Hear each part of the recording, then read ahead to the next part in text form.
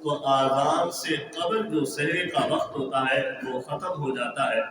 اور جو شخص اعلان ہو جانے کے بعد یا آذان تک کھاتے رہتے ہیں ان کا روزہ نہیں ہوتا، کیونکہ جو آذان ہوتی ہے وہ فجر کی نماز کا حصہ ہوتی ہے، وہ سحری کا وقت نہیں ہوتا۔ اگر آذان سحری کے وقت دی جائے تو وہ آذان ہی شمار نہیں ہوتی، تو آذان جب ہوتی ہے تو اس وقت وہ صبح صادق کا وقت ہوتا ہے، اور اس وقت وہ انداز ہوتا ہے کہ اس ٹائم نماز فجر کا وقت ہو چکا ہے، اور آذان بھی اسی نماز فجر کا حصہ ہوتی ہے۔ ہمارے ہاں یہ غلط روایات ہیں کہ آذان تک ہم نے کھاتے رہنا ہے، پیتے رہنا ہے۔ جو شخص بھی آذان تک، فجر کی آذان تک کھاتے ہیں ان کا روزہ نہیں ہوتا۔ روزہ اس وقت ختم کرنا ہوتا ہے جب اس روزے کا آخری وقت ہوتا ہے۔ جو آذان ہوتی ہے وہ فجر کی نماز کا حصہ ہوتی ہے، وہ سحری کا حصہ نہیں ہوتی، اور مغرب کی جو آذان ہوتی ہے وہ افطاری کا حصہ ہوتی ہے۔ اس وقت کھاتے پیتے رہنا اس میں کوئی حرج نہیں ہوتا، لیکن سحری میں یہ فرق ہوتا ہے کہ سحری کی آذان، جو فجر کی آذان دی جاتی ہے وہ نماز کا حصہ ہوتی ہے، وہ روزے کے اختتام کا حصہ نہیں ہوتی۔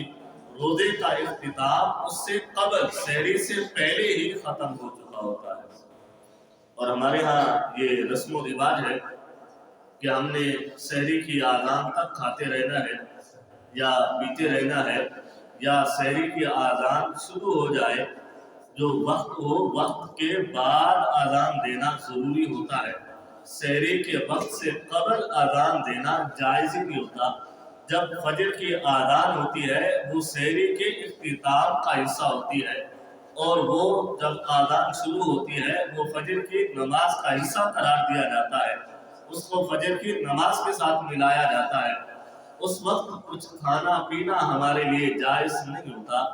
بلکہ اس وقت اگر کوئی کھاتا ہے آذان کے وقت، یا کوئی پیتا ہے یا تھوڑا سا بھی لقمہ آذان شروع ہونے کے بعد کھاتا رہتا ہے تو اس شخص کا روزہ بھی شمار نہیں کیا جاتا۔ اس مسئلے میں بہت سارے احباب جو ہے غلط فہمی کا شکار ہوتے ہیں کہ سحری کی آذان تک ہم نے کھاتے رہنا ہے۔ ایسا حکم نہیں ہے، بلکہ سحری کی آذان جو ہوتی ہے وہ فجر کی نماز کا حصہ ہوتی ہے، سحری کے اختتام کا حصہ نہیں ہوا کرتی۔ سحری کا جو وقت ہوتا ہے وہ آذان سے پہلے ختم ہوتا ہے۔ جب سحری کا وقت ختم ہو چکا ہوتا ہے پھر آذان کا وقت شروع ہوتا ہے، پھر جو آذان دی جاتی ہے وہ نماز کا حصہ ہوتی ہے، اس کو سحری کے ساتھ ملانا یا اس وقت کھاتے پیتے رہنے والے شخص کا روزہ بھی شمار نہیں کیا جاتا۔ اور اسی طرح سے مغرب کی جو آذان ہے وہ آذان شروع ہی تب ہوتی ہے، بسا اوقات کسی جگہوں پہ جو ہی وقت افطاری کا شروع ہوتا ہے، روزہ کھولنے کا شروع ہوتا ہے، تو اس وقت وہ آذان اس روزے کے کھولنے کے ساتھ شمار کی جاتی ہے۔ مغرب کی آذان ہو تو اس وقت ہمیں روزہ افطار کرنا چاہیے، کیونکہ وہ آذان ہی روزے کھولنے کے بعد ہی شروع ہوتی ہے، پہلے وہ آذان ہی نہیں ہوتی۔ اور جو سحری کی آذان ہوتی ہے